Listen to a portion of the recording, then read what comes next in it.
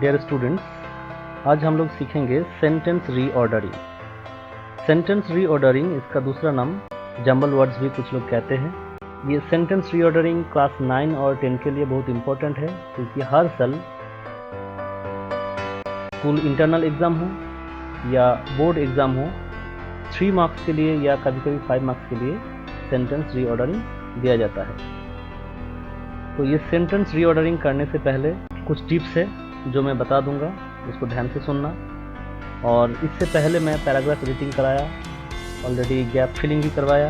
अगर वो टॉपिक नहीं देखा तो डिस्क्रिप्शन बॉक्स में उसका लिंक है, उसको क्लिक करके देख सकते हो। First, find out the subject in the sentence. जो सेंटेंस तुमको दिया जाएगा उसमें कोशिश करो कि सब्जेक्ट कौन हो सकता है।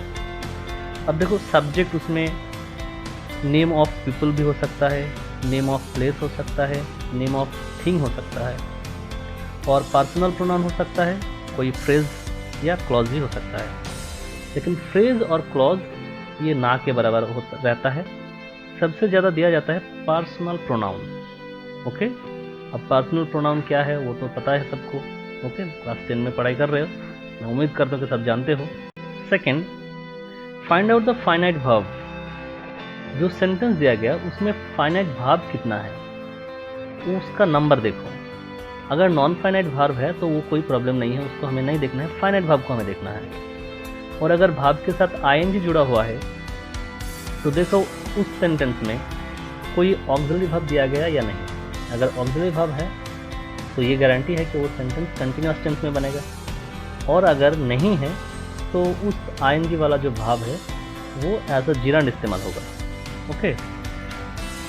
Third, see the position of the adverb. मतलब इस सेंटेंस में कोई एडवर्ब है या नहीं, और एडवर्ब का जो पोजीशन होता है, okay, adverb of place, adverb of time, adverb of manner, ये सब का पोजीशन कहाँ कहाँ होता है, उम्मीद करता हूँ कि ये भी तुम लोग जानते हो। And at last, count the words in the sentence. जो सेंटेंस तुमको दिया जाएगा उसमें टोटल कितना वर्ड्स है, मैं ब्लॉक का बात नहीं कर रहा हूँ, ठीक है, वर्ड्स कितना है वो तुमको देखना है। और फिर जो आंसर तुमने बनाओगे उसमें भी टोटल वर्ड काउंट करके देखो कि वर्ड उसमें कितना है और दोनों वर्ड सेम हो रहा है या नहीं। और भी बहुत सारा इसमें रूल्स है, लेकिन इतना सब रूल्स तो डिस्क्राइब नहीं कर सकता हूँ। अगर करूँगा तो वीडियो बहुत बड़ा हो जाएगा, और उम्मीद करता हूँ कि ग्रामर या सेंटेंस कैसे बनता है ये सब कुछ तुम लोग जानते हो। ओके, तो स्पेशली ये 4 जो पॉइंट्स मैंने बताया इसको ध्यान रखो, और उसके बाद ट्राई करो सेंटेंस रीऑर्डरिंग करने का। तो देखो, sentence number 1, during can see slogans, elections, supporters, political parties, the shouting of in we. तो इसमें सबसे पहले देखो नाउन कौन कौन सा है। देखो, नाउन तो एक है स्ट्रीट, सेकंड है इलेक्शंस, सपोर्टर्स, पॉलिटिकल पार्टीज, बस इतना ही।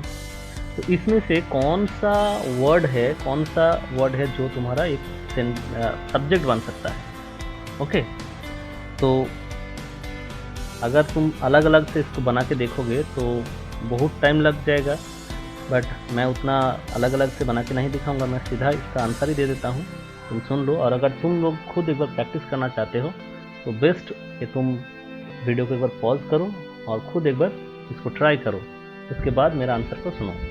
ओके, तो क्वेश्चन नंबर 1 में जो आंसर होगा सबसे पहले देखो, I can write we, WE, क्योंकि एक पर्सनल प्रोनाउन है। ओके, दूसरा देखो कैन सी एक मोडल ऑक्सिलरी वर्ब है और सी एक मेन वर्ब है। तो we can see, then supporters, then of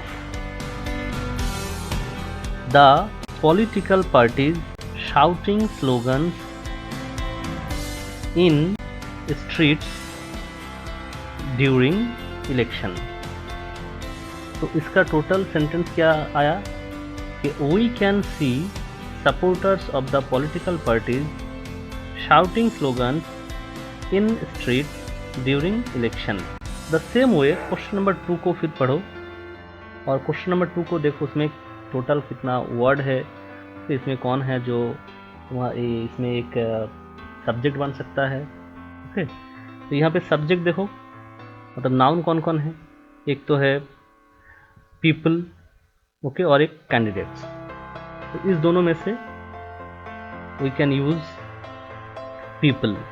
लेकिन देखो उससे भी पहले और भी एक वर्ड जो हमारा जो एक्सप्रेशंस को एक्सप्रेशन के बारे में बात करता है, ओके, जैसे हाउएवर, सो, व्हेनेवर, इवन, इस प्रकार का जो एक्सप्रेशंस होता है, अगर वो कोई भी सेंटेंस में तुमको मिल जाए तो याद रखो वो सब एक्सप्रेशन सेंटेंस के पहले ही इस्तेमाल हो जाता है। तो नंबर 2 में सबसे पहले इवन इस्तेमाल करो, उसके बाद पीपल, देन भाव walk, then on foot, next to greet the candidate. Okay, तो ये इसका एक बन गया। फिर से एक बार सुन लो, even people walk on foot to greet the candidate एक है। इसी सेंटेंस को हम दूसरे तरीके से भी लिख सकते हैं, मतलब इसका और भी एक बन सकता है। कभी कभी ऐसा ज़रूर सेंटेंस दिया जाता है जिसका 2 अलग अलग सेंटेंस बन सकता है और दोनों ही सही हो सकता है, लेकिन ये ऐसा परिस्थिति बहुत कम ही आता है। तो इसका दूसरा जो सेंटेंस बन सकता है वो भी सुन लो, even candidates walk on foot to greet the people.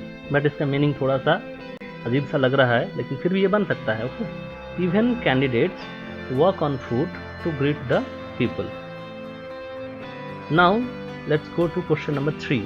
देखो, opportunity, day, the, of, catch, shaking hand, anyone, meet, they, with. Okay, तो इसमें जो सब्जेक्ट मेरा बन सकता है that is they, THEY।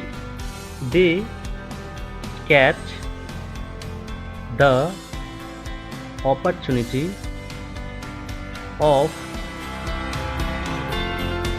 shaking hands with anyone they meet. Listen again. They catch the opportunity of shaking hands with anyone they meet. अब देखो question number 3 में टोटल ब्लॉक कितना है। Okay, count the blocks, 1 2 3 4 5 6 7 8 9 10 blocks are there. लेकिन word कितना है, 1 2 3 4 5 6 7 8 9 10 11। तो 10 block से और 11 वर्ड से। तो जब भी आंसर तुम्हारा हो जाता है, बना लेते हो, तो एक बार काउंट करके देखो कि जितना वर्ड्स है वो वर्ड्स तुम्हारा आंसर शीट में है या नहीं, क्योंकि कभी कभी मिस हो जाता है 2-1 वर्ड। ओके, या एक वर्ड डबल इस्तेमाल हो जाता है, उसको ध्यान रखना है। Okay, now let us go to question number 4। Read the question. There problems people there assure that they will supporters solve. तो इसमें भी देखो कौन तुम्हारा सब्जेक्ट बन सकता है। Okay, question number 4। They assure people that their supporters will solve their problems. Once again, they assure people that their supporters will solve their problems. Okay, तो इसमें भी एक बार ब्लॉक्स को एक बार काउंट करके देखो। ब्लॉक्स को काउंट करने का ज़रूरत तो नहीं है, लेकिन वर्ड्स को ज़रूर काउंट करना है। Clear? And now question number 5. Read the question. Old people we are feeling should acceptability give off. So its answer according to me it should be we should give old people a feeling of acceptability. Once again, we should give old people a feeling of acceptability. So these are the 5 sentence reordering जो मैंने अभी बता दिया। अब एक self help है, इसमें भी 5 क्वेश्चंस दिया गया। ये सेल्फ हेल्प को खुद ट्राई करो, इसका आंसर कमेंट बॉक्स में ज़रूर। तो ध्यान से पढ़ो, और सेल्फ हेल्प इतना डिफ़िकल्ट भी नहीं है, बस ग्रामर को थोड़ा सा मेंटेन करना है। Okay, meet you in the next video very soon. Thank you all.